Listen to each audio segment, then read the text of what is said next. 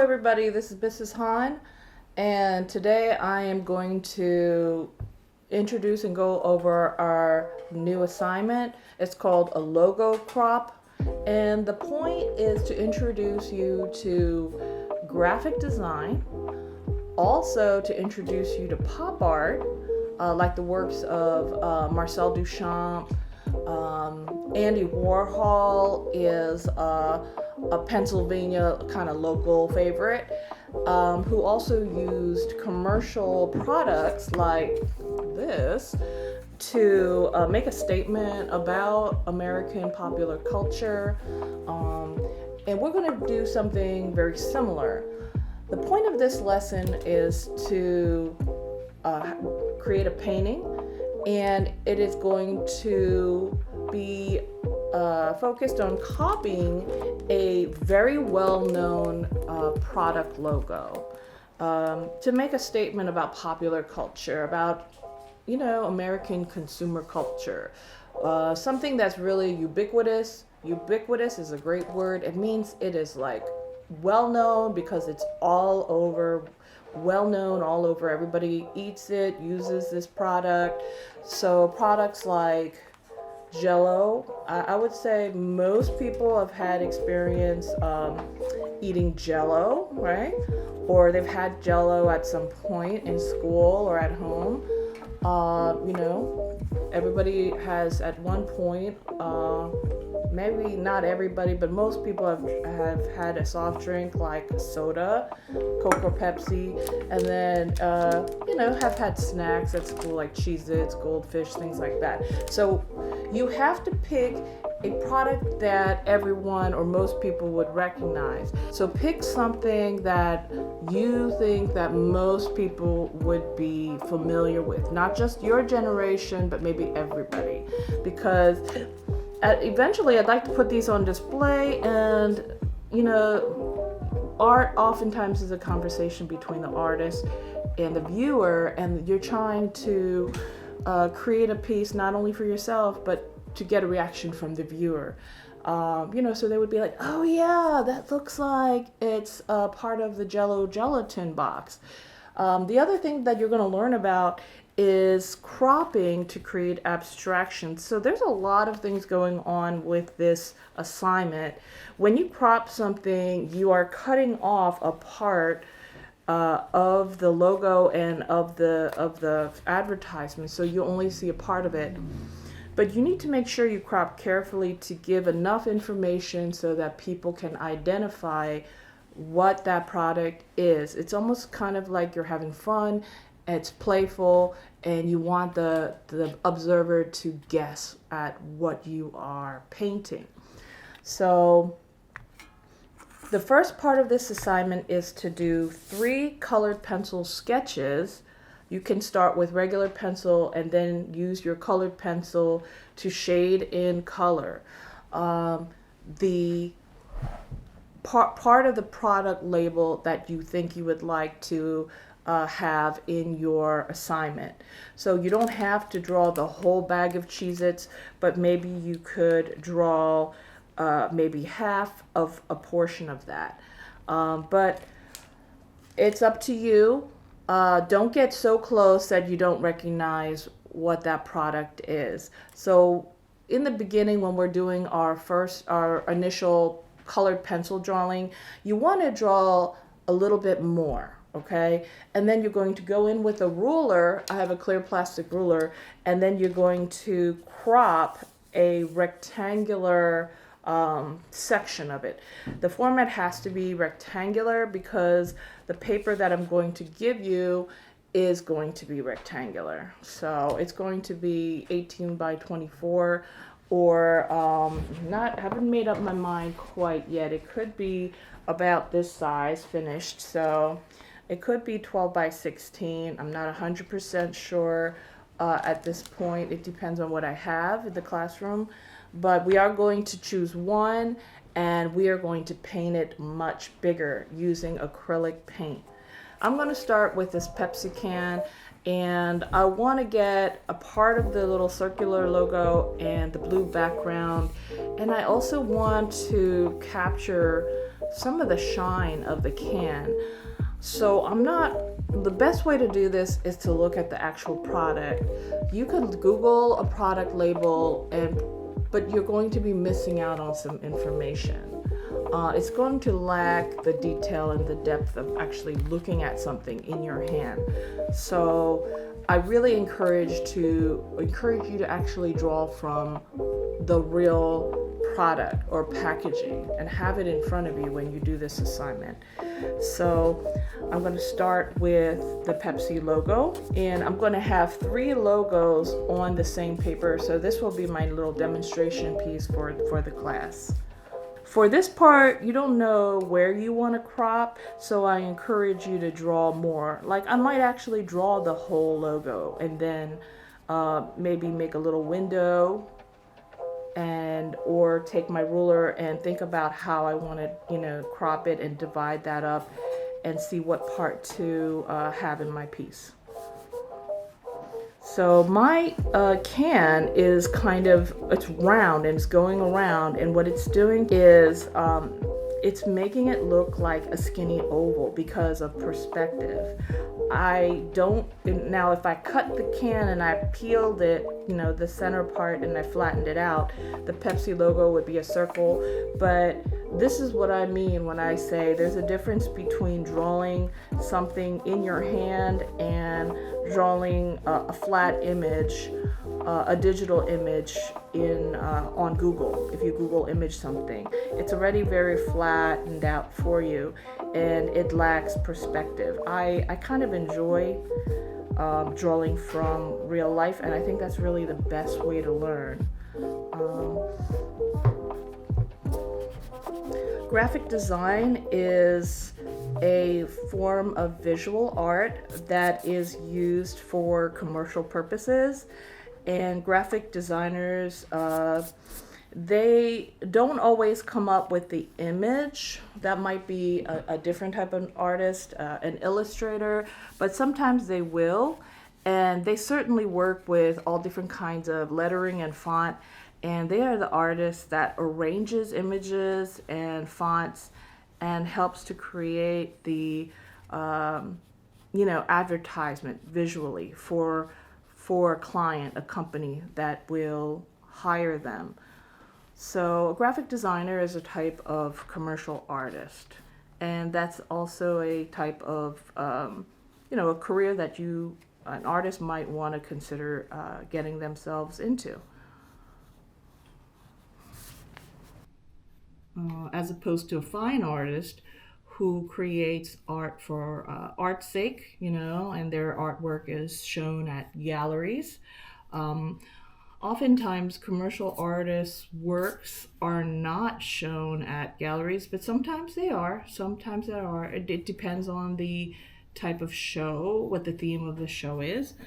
But that's the big difference between commercial art and fine art. Fine artists, their artwork is shown in galleries and art museums, and they are sold to people who want a piece of their work. And graphic artists sell their work to companies, and they give the artwork is created at the request of a client. The client tells them kind of what they want, and they come up with a creative solution. So they're creative problem solvers, visual problem solvers. Okay. So I have created the Pepsi logo, and it is like a skinny oval because I'm looking at this can, and it's the logo is wrapping around the can. So I'm looking at it at certain angles, parts of the logo, and it appears to be a kind of longer oval. I see blue on either side, and the Pepsi logo's can is like a really bright, beautiful blue, like a cobalt blue.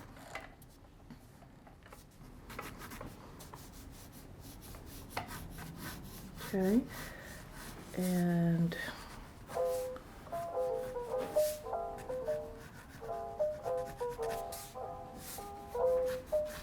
then there's quite a lot of blue underneath the logo here.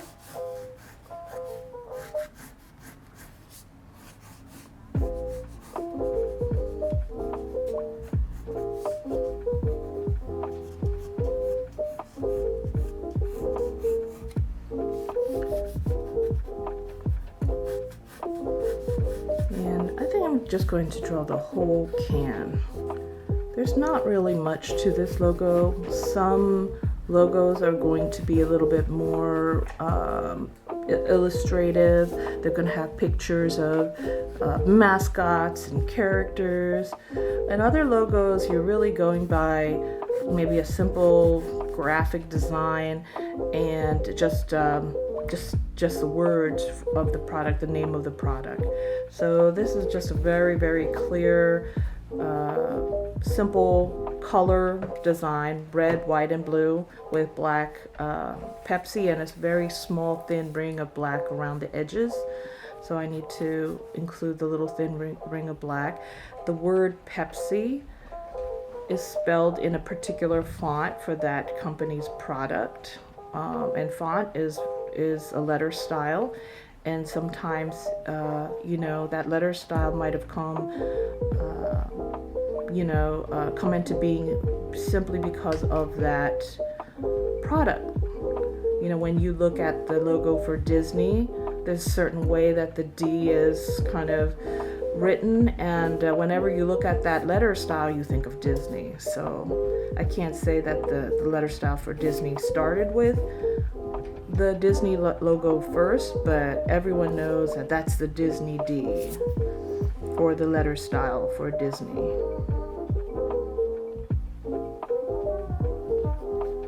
Okay, so this is really forcing me to look at spaces, the spatial relationship between the different elements of the label, the product label, the different spaces within the letters, the font, right? Between the negative and the positive spaces, how much space there is between the labels, because I have to make sure that I get the whole word Pepsi in. So it's actually a lot challenging than I thought. And I think we're all going to discover that when we try to. And then as the word goes around, it also gets thinner. And look at this I for Pepsi. There's like a little slanted top and a slanted bottom that kind of angles the opposite way. And then, when it gets to the little wavy banner in the middle, the border of white the line kind of disappears because both the banner and the big outline for the white outline around the word Pepsi, around that circle, is also white. So it just that borderline disappears in that area, and reappears where there's a different color. So I need to somehow get a P in here and an S also. So what I do is I quickly sketch out some letters, just rough letters, to make sure that my spacing is correct. And I spent a lot of time on this P, but now I realize that I have too much space between the side of this oval and the P, and it's not leaving enough space for my E and the P at this, like, kind of in the center of the word. So I have to move it over. So this is where you could do a little rough drawing just to space out your letters. Make sure that you have enough room for all your letters. So I'm just going to use a single line instead of a double line. I'm not drawing the letters in great detail right now. I'm just using a single line, just writing the word out, just creating a space holder for the word Pepsi. And then I'm going to take my time and then fill it in with the correct style of font, or do my best, because I'm not that great at lettering, but I'm going to try. Okay, so there's my little space holders. E and P is it's sort of in the middle, and then next would be S. P is going to start getting skinnier because it's like kind of going around one edge, and I is going to get skinnier because it's going around the other edge. So I feel like I can move the I over a little bit and give my S for Pepsi a little bit more room. Like I said, this looks like a simple assignment, but it's not. Then you really get to appreciate how much thought goes into creating these different fonts. I'm starting to kind of flesh out my letters.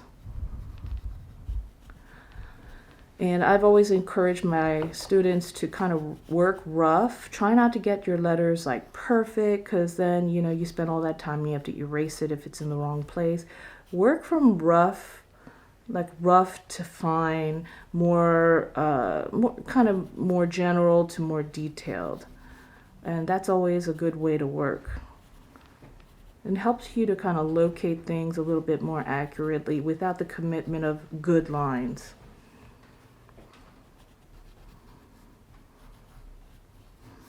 Okay.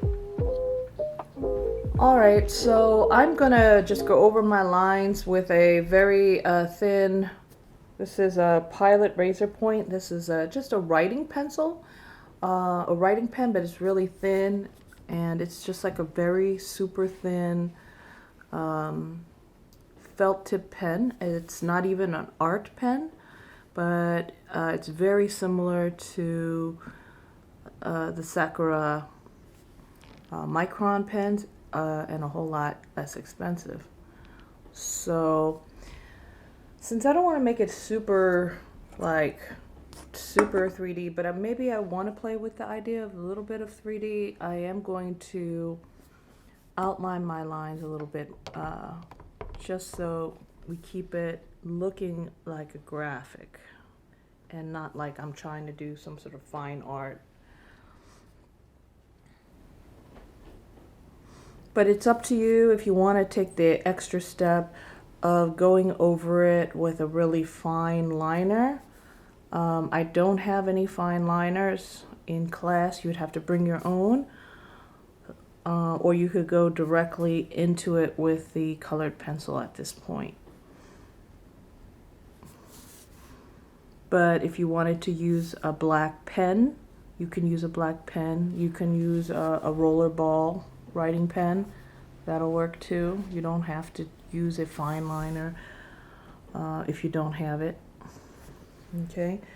The most difficult thing about this project really was the font, and I'm learning a lot about the fonts for each particular product. Now this Pepsi font, the back of each of these letters, if the letter has a back, is much wider, and then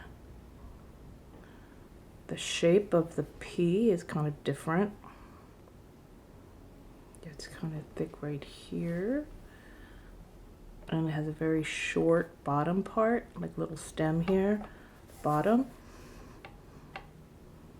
Now my lettering is by no means perfect a copy, but I think I just want to capture the essence of the lettering I see here. Making some corrections as I outline my letters. Try to correct some of the thicknesses of the letters.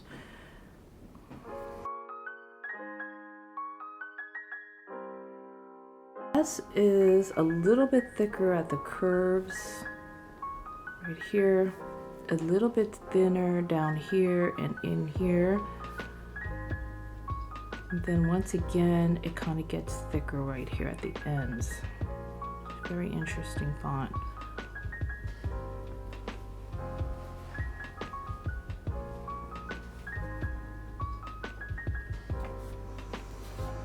And then the eye is pretty thick.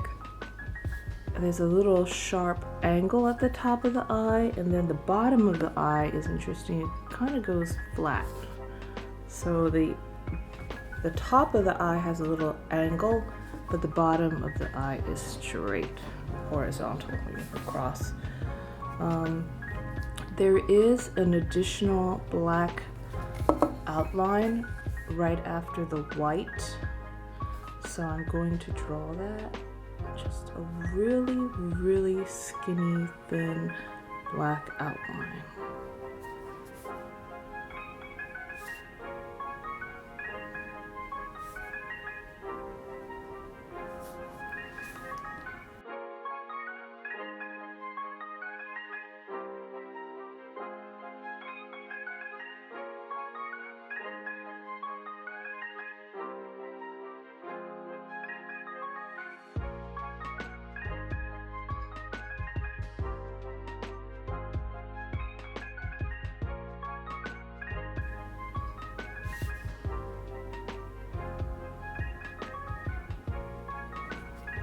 Okay, now I'm going to draw the cam. You don't have to draw the whole product and like the body of the product, but I am, because I am not sure where I want to crop, so I'm just going to capture the whole thing, and then maybe I'll make like a little rectangular 3x4 picture window, just like our viewfinder basically, and figure out what part of the logo would be good to show. And I need to show enough of it so people can identify what the product is. I want to give them enough clues. Okay, kind of really liking how this is turning out.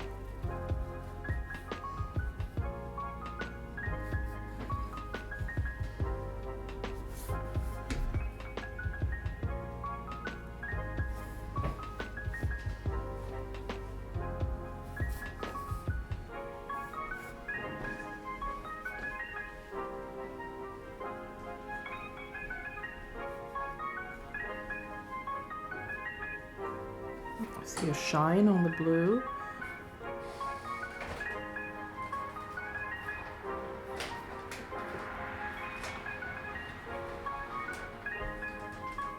Or some big boxes. Mm-hmm.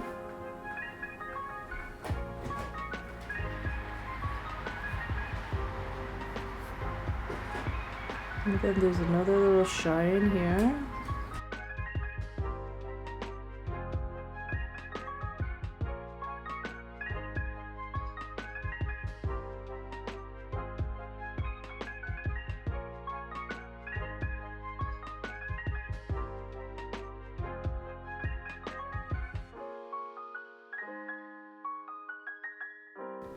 And then it looks like the little tab is up there. I drew the little tab. I draw the little tab. Doesn't look like much. There. So that's my Pepsi can. And when that dries a little bit, the ink, I'm just gonna wait. It's always better to be safe than sorry. I'll just go over it with a kneaded eraser, or I'll go over it with just any eraser. This eraser is fine, or you know, just a school eraser. So I have a kneaded eraser here, and I'll just take it out of its little plastic protective case, which keeps it from getting too dirty. And I'll just, you know, if I do that, it'll just leave my pencil marks. Now on to, what should we do here? We'll do Cheez-It. Cheez-It. definitely want to do the word Cheez-It. Definitely would like to draw the crackers. You could leave out certain things like all these little letters. That's to me not as important as the main logo. So let me put this can of Pepsi aside here. Let's do Cheez-It. So do I want to draw any of the packaging? Yeah, I think I'll draw this Cheez-It here on this left side right here. And I'm going to look at this packaging here. I'm really getting into studying this packaging. It's kind of interesting. So I see, there's certain things you make the call that you can leave out, certain things that you can leave in. The Cheez-It bag is a rectangle. Yeah, it's just like a rectangle. So it's not too crumpled. So let's just like do the overall shape of the Cheez-It bag.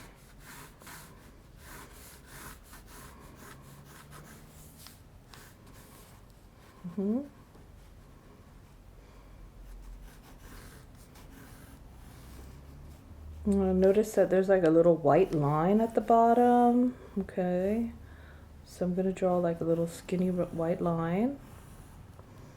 And then it has like a little jaggy edge to the plastic.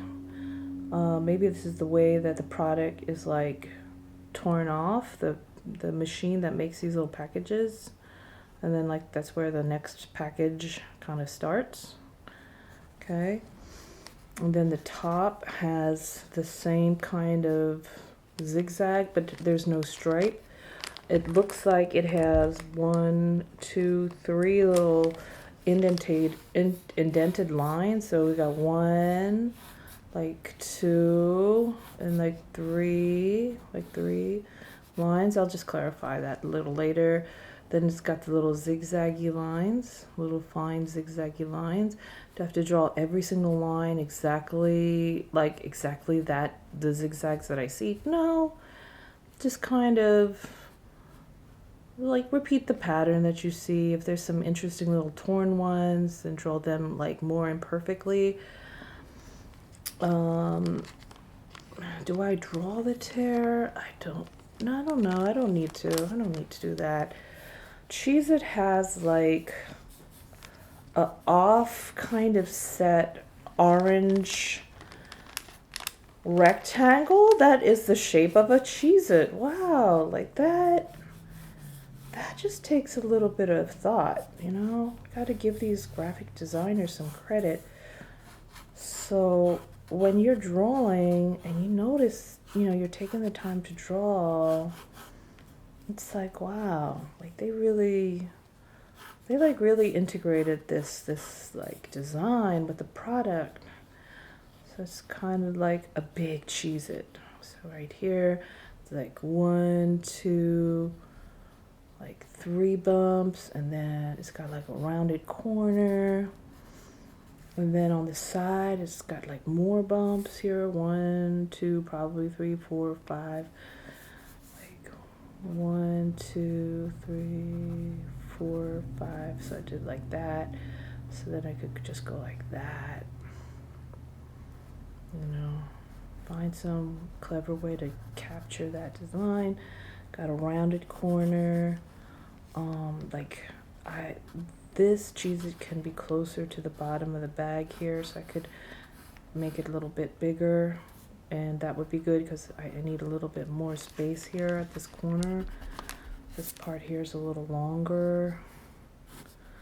Here I see 1, 2, 3 bumps, like a 1, 2, 3. Okay, 1, 2, 3. And then the 4th bump is wide. That's the corner bump. And then I have, I guess, 1, 2, 3, 4, 5. I guess there's 5 smaller bumps here. There's a rounded corner. 1, 2, 3, 4, 5, and then we got the long 1, 2, 3, 4, 5. All right, and then we got the Cheez-Its itself. It's like a diamond shape. It's like at an angle. Everything's at an angle. Wow, that's it's definitely an aesthetic choice that they made.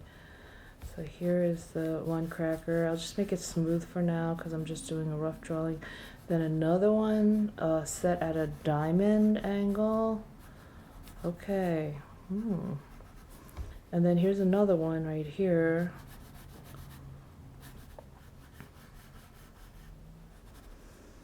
And then look at this little label, made with 100% real cheese. Is that really important? I think it's kind of funny. I don't know if I want to include that. But that little sign here is also in the shape of a Cheez-It. And then the Cheez-Its over here too with the logo. It's just like everywhere. So that one is kind of a little bit parallel to this angled square. So it's like mostly off of it, but a little bit like less than half of it is on there. Okay, so I'm just gonna put it like right here. That's the made with 100% real cheese. Okay, and then you have like 2 parallel lines here, and then there's one right above the big Cheez-It main square here, and that's where the logo needs to go, in between those 2 lines. Okay, so and then there's like this little rounded, like this little rounded sign that says 100 calories per pouch. Oh, I'm sure that's something that maybe not enough of us pay attention to. 100 calories per pouch. Is that a lot? No, that seems like a lot for such a small pouch of food. Okay. So Cheez-It has its own like logo. The letters are kind of skinny, like really skinny and tall. Yeah, between these 2 skinny, like cheddar cheese colored, like yellow orange. Yeah, we're learning the color wheel. So this color is yellow orange. The red is more like a really bright, like a red orange bag. It's like more of a red orange than a pink, like pink red. It's more like a red orange. The H is slightly shorter than the C. It's like a little bit, and so is like the rest of the letters up to Z. And then like this is interesting. The C and the I are taller than the rest of the letters, like for cheese, and then it. That's kind of interesting. Why they did that, who knows? 2E. So I'm just like, writing the letters out with just a single line. I'm just doing like a placeholder before I do the actual, try to draw the letters like they really look. And then there's this like little Cheez-It in between the word cheese and it, and it's like at an angle with a shadow and a little dot. Oh my gosh, that's a lot. As some of my students might say, this is it's a lot, it's just too much. No, it's not. Well, some things are too much if you let it be too much. If you take on the challenge of something, it can be really enjoyable. It's just the attitude you come into your work with. If you feel like everything is kind of too much, it's going to appear to be too much, and it's going to feel like it's too much, and then you're not going to enjoy anything you do. So it's just really a matter of attitude. Are you going to enjoy the process, or are you going to just make yourself miserable by saying, oh, it's just too much, about everything that you do. It just definitely is there are more things that are really a matter of mindset than the actual reality of your situation. It's just all about mindset.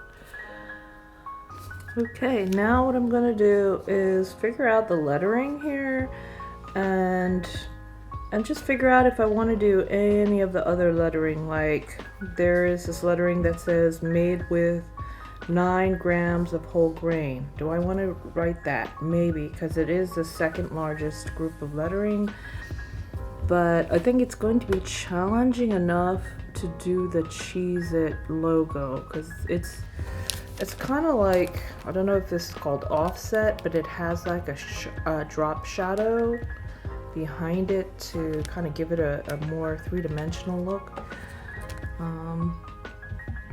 So first I'm going to make this really, really thin orange, like yellow-orange line.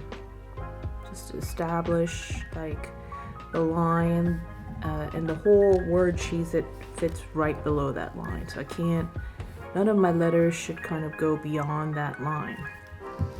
So I got to squeeze that all in there, and also is my chance to kind of establish, like, if I establish this line, then I'm going to establish how tall the letters should be, because then it'll be the space, they should fill the space between these two lines.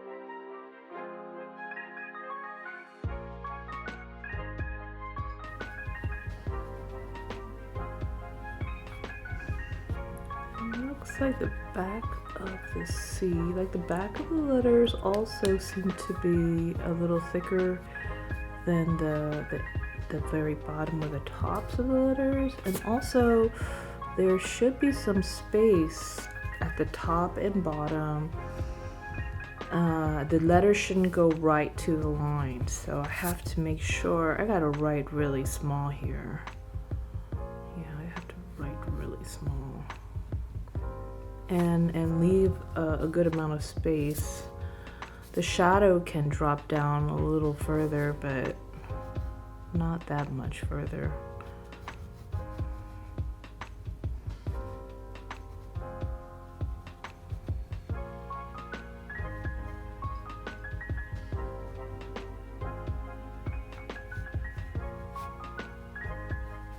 Yeah, that's really small. Okay, so here's my H. H is almost touching the C. There's just like the smallest amount of space. The little connecting bar between the two sides of the H is thinner. It's not as wide as the two sides of the H. The space between the two sides of the H is actually quite narrow, so I gotta make sure I don't make it too wide.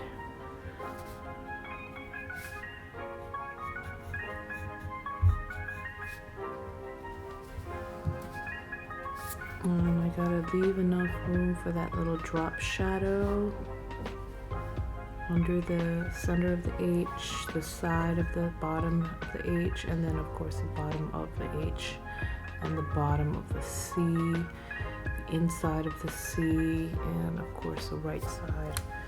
So there's two of the letters done. I can't put a drop shadow on the right side because the E, the letter E, is like right up against there. Okay, the back, or the back of the E, the spine of the E is pretty wide. The E, you have to make sure that it's only as wide as all the other letters. I noticed that the C is allowed to be a little taller. So the C in She's It and the I, it's interesting in that it's a little bit taller than the rest of the letters. And then the letters have to be a little shorter. Shrink that down.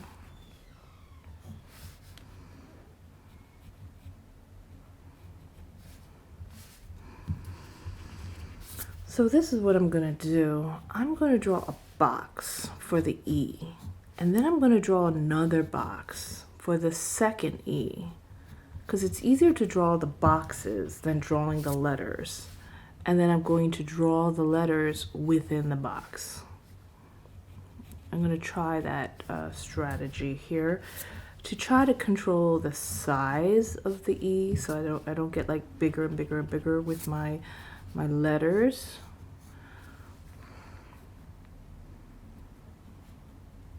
Okay, so I just drew 2 boxes, and I'm going to say my E is going to go in there. I want to make sure that the back of the E is thicker, the top, the center part of the E does not come out as far as the top and bottom.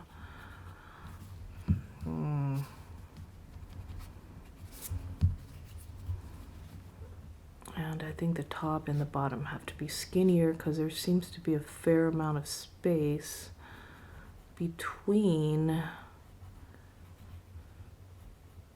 the top and the bottom, the top and the middle part, and the bottom and the middle part of the E. Now that's challenging. But you know, you don't have to make it perfect. I would say to my students, but you're kind of there to discover things, and you're discovering like how much thought has gone into the creation of some of these logos.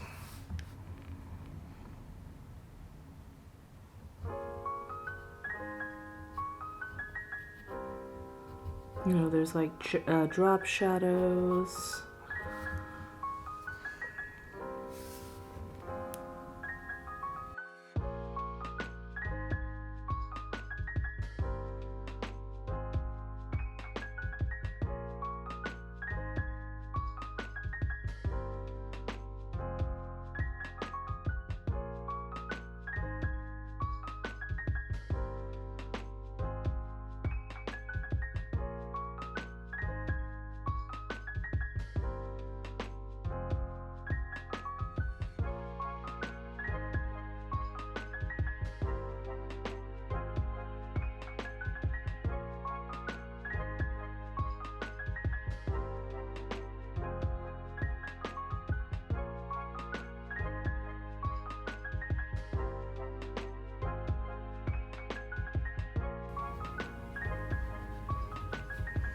And then the I for the green is like a little wheat sheaf or something, a little wheat symbol, and then an N. There's a lot going on in here.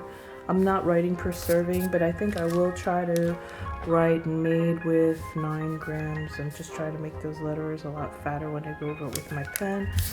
All right.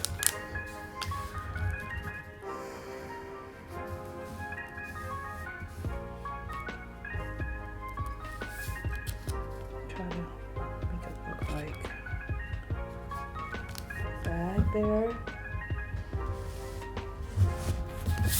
And then the third one I'm going to do is this Jello. And did I make this? This is like about life size, maybe a little bit bigger than life size. This is about life size. They're all kind of about life size. Maybe with this one, I'm going to make it a little bit bigger than life size. And with the Jello,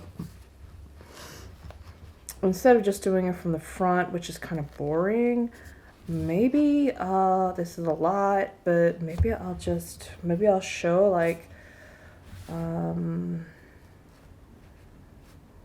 maybe I can show it from an angle, right? Like from an angle.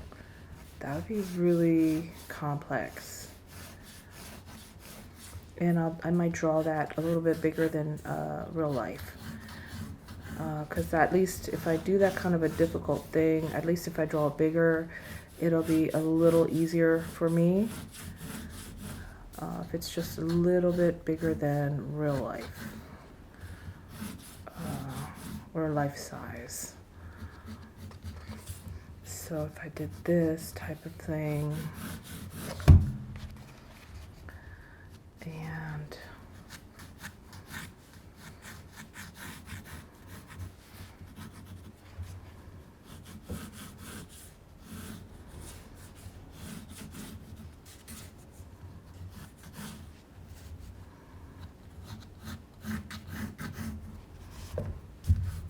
Yeah.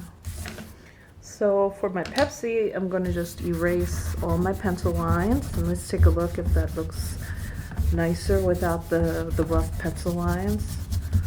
Yeah, kind of like that.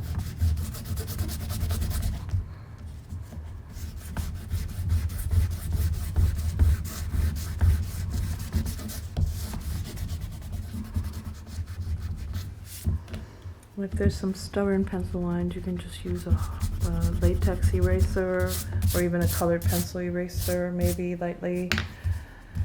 All right, so let me think about this Jell-O box while I finish up the Cheez-Its. And I don't think the Jell-O box is that long. Kind of still a rectangle, but it's not that long. Think about proportions.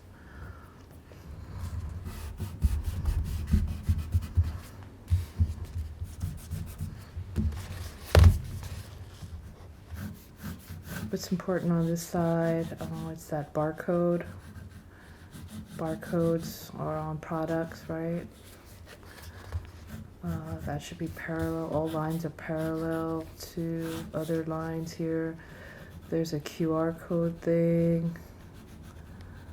There's like some sort of a little rectangular thing. There's like a recycle symbols. Recycle symbols.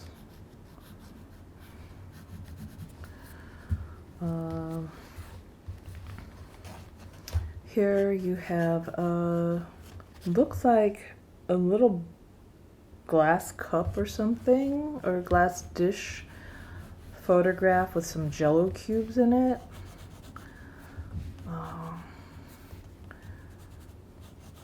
It's the first time I had Jell-O was at school, in elementary school. Just kind of like to squish it between my teeth, kind of like enjoy like having it turn to like liquid in my mouth when I was eating it. It was just kind of like melt. I just thought it was a interesting, funky kind of food.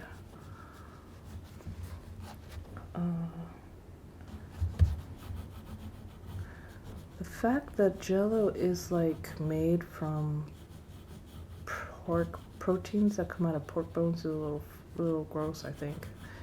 But no, and then it's all these like fruity flavors. So there's a Jell-O cubes roughly drawn. There's this little green sign.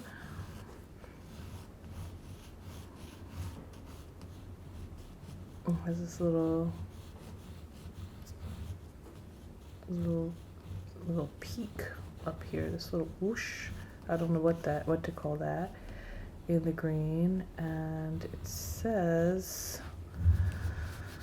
no artificial sweeteners, no high fructose corn syrup. It's got the little calorie sign thing that the Cheez-Its had. It's very similar. And Jell-O only has 80 calories, so I guess maybe Cheez-Its weren't so bad after all, 80. And then it says what it is. Gelatin dessert. And then we have,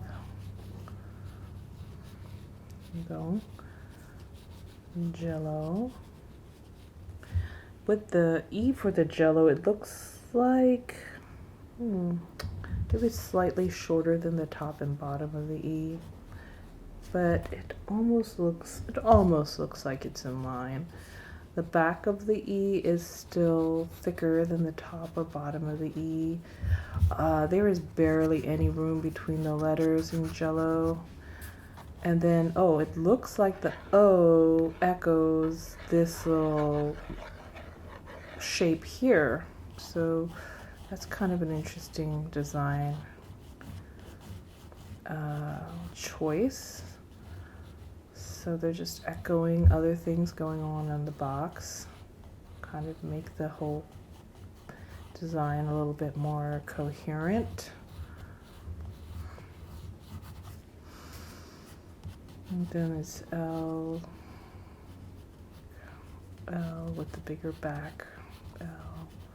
And then there's this little square between the O and the J. The J, the bottom of the J is pretty low, and there's like a little angle. And then up here, it says, right above the J, it starts here. It says, it's real small, strawberry. Then it says, artificial flavor.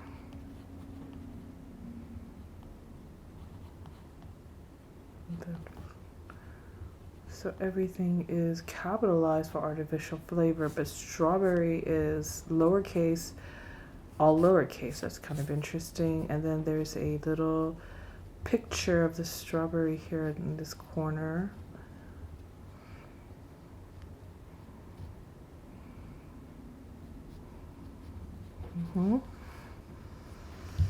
And then over here, it just says a Jello.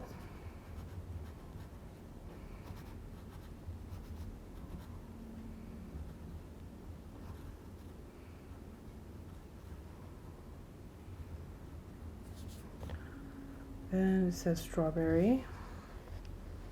And then it looks like it's got like a little box opening.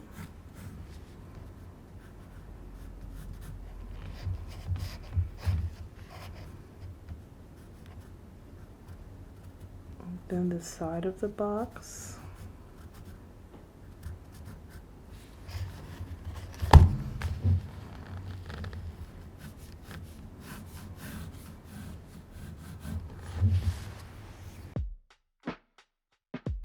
Okay, I'm now going to go right in with the fine liner, and I'm going to go over my lines with this little fine line pen.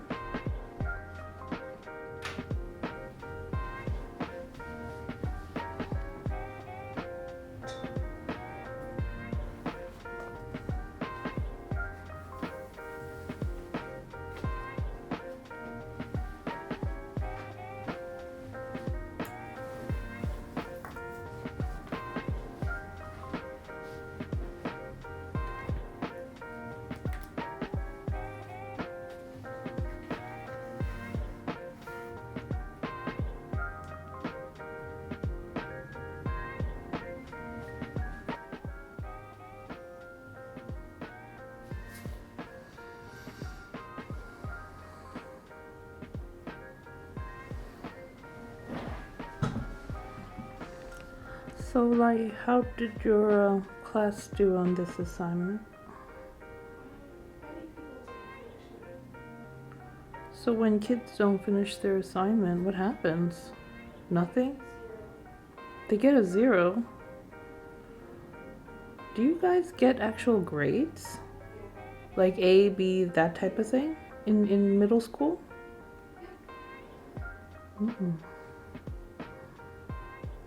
I would think that not a lot of kids did not finish, right? Because who fails art?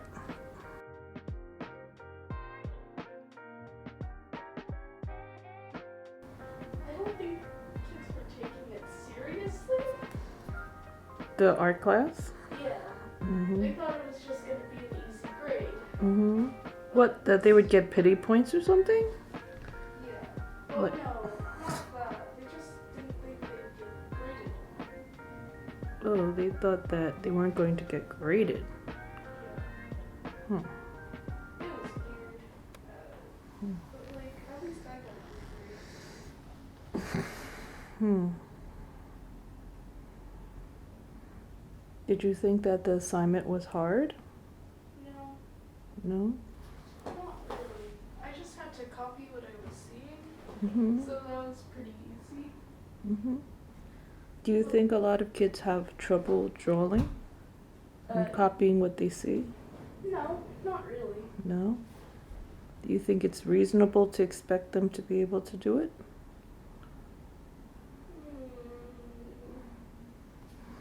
I don't know about that. No, No. you're not sure. Yeah, because like some of the kids really just didn't know how to draw. Mhm. Or like they thought drawing was like going to be explained to them fully. Like Mhm. you gotta draw this line and then draw this line and then color them in. You mean everything step by step pointed out for them? Yeah, Mm.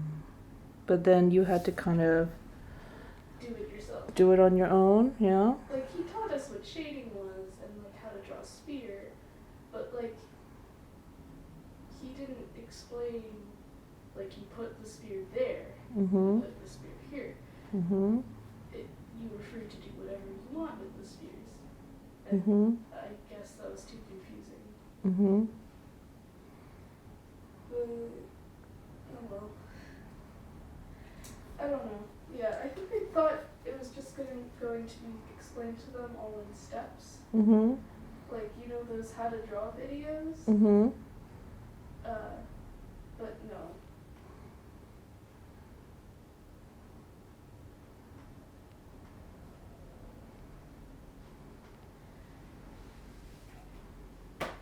Did you feel like it was unfair?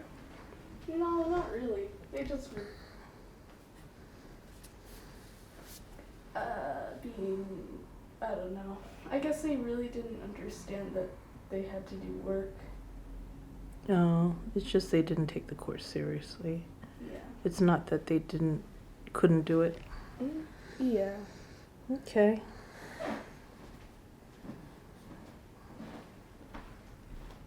But that's alright. At least I got a good At least you keep saying that. At least I got a good grade. Hmm.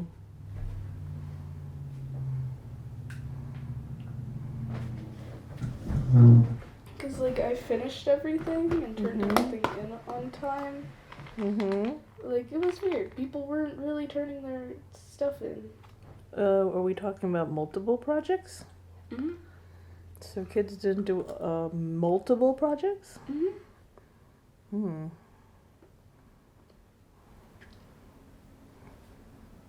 What's your teacher's name again? Mr. Lin. Mr. Lin, and is he a good teacher? Mm-hmm. Do you feel like he prepares people enough so that they can do these things? Mm-hmm. Yeah. More than enough. More than enough. Okay. He, like, explains how to do the grid, Mhm. how to crop stuff, Mhm. what images to find, Mhm. and, like, how to shade. Mhm. And yeah, he gives everything. Mhm. Just people don't seem to get it. Mm.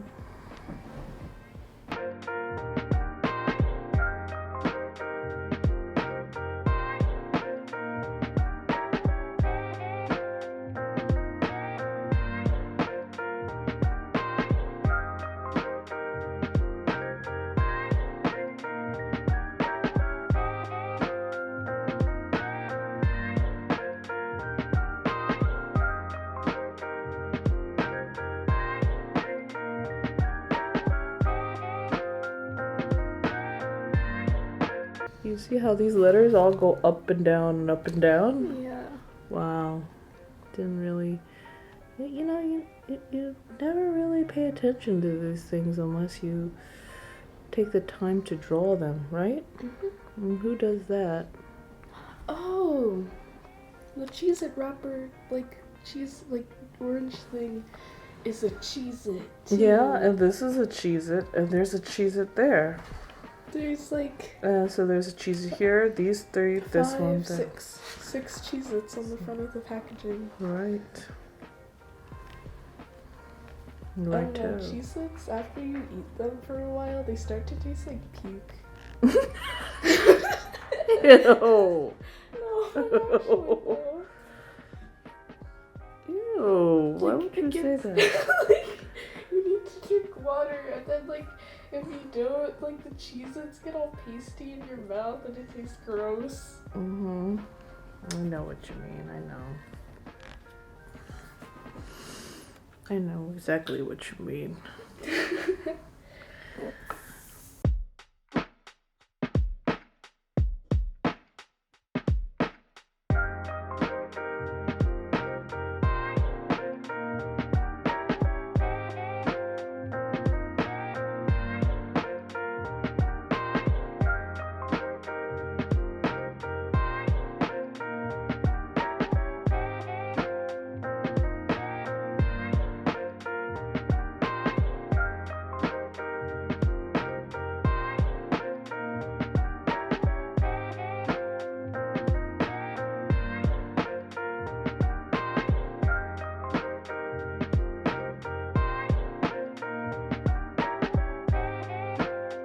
if I made that Jell-O, it would be perfectly fine. Yeah. Perfectly fine, okay? So, Jell-O, I think I threw up on the carpet because of Jell-O once. Were you just not feeling well to begin with? No, I don't think so. Or like, it was the green Jell-O. And then You I were turned off by that? Yeah, and then I threw up and it was like all the Jell-O chunks just slid out of my mouth. Ew. Nasty. Nasty. But then I had it at camp recently. Mm-hmm. Well, that was like last summer. Mm-hmm. And then it was yummy, and then there was like a gummy bear inside of it. Ew. It was like trapped inside of the Jell-O. There's something a little off-putting about Jell-O. Mm. But, I mean, it's like one of those things. If you have nothing else to eat and that's all that's there for dessert, yeah, you'll have it. And if it has a little whipped cream or something, you know, like, it's even better.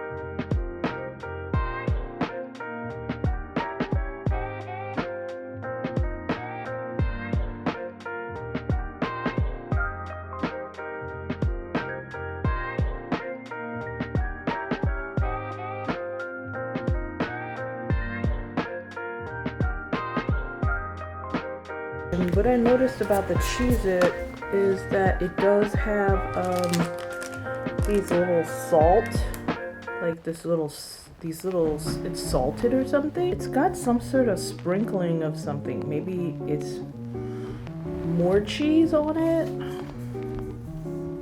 I'm not sure. So I'm going to add these little dots on the Cheez-Its.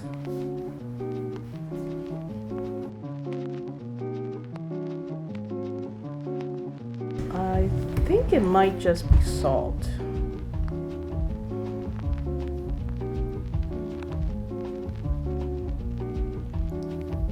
Okay.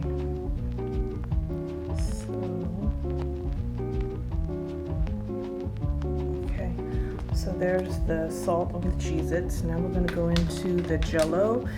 And what I want to do is kind of clean up my box a little bit. Maybe get the angle correct that I want.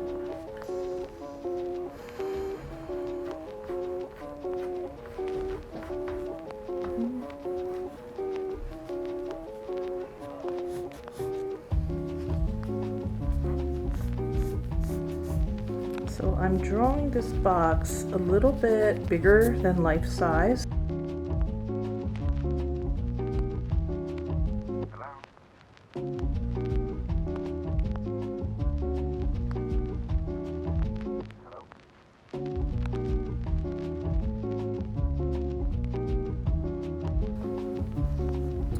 This dish here can be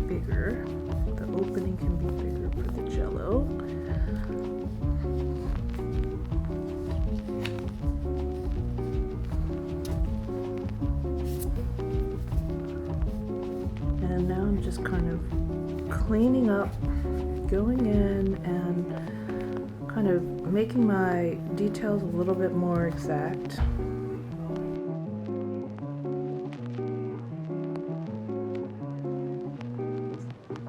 I think Jello was served to me in elementary school. They had these little, really shallow melamine cups, and they would put, you know, a small slice, like a little square slice of sheet cake or something in there. And sometimes you got some Jello cubes, and they threw some white whipped cream on there. Some whipped cream, and everyone was like, yay, whipped cream. And some kids would just eat the whipped cream and throw away the Jello.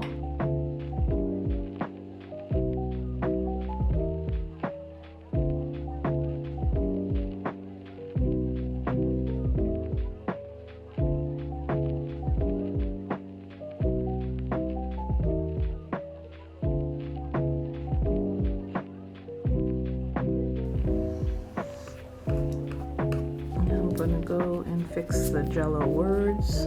Kind of have a rounded corners to these letters. The back of the word, or the spine, I'd like to call it the back or the spine of the letter, is kind of thick.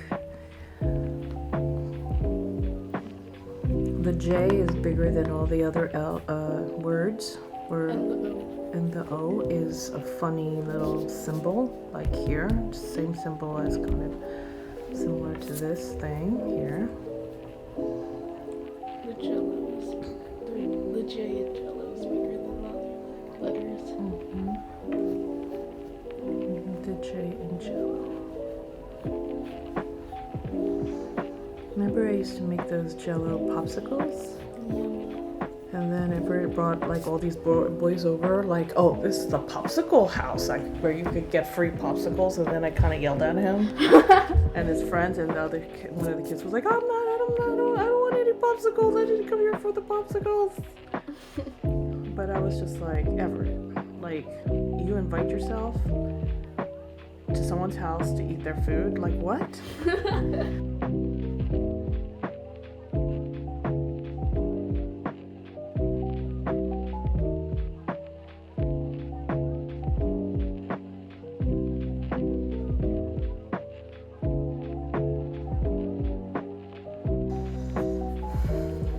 So what I would do is basically I would draw some squares, and that would be, I would kind of block out my letters. But then you see how this box is kind of going off into the distance in terms of perspective? Everything's going to start getting smaller and smaller too. You know, so it gets a little bit more tricky.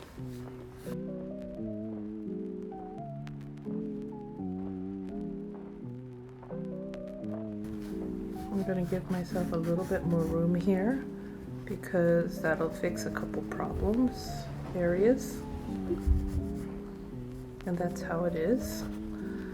Because I realize there's more room after the O, and also this Jello thing is like this, and then it comes up like this, and then it goes up like that.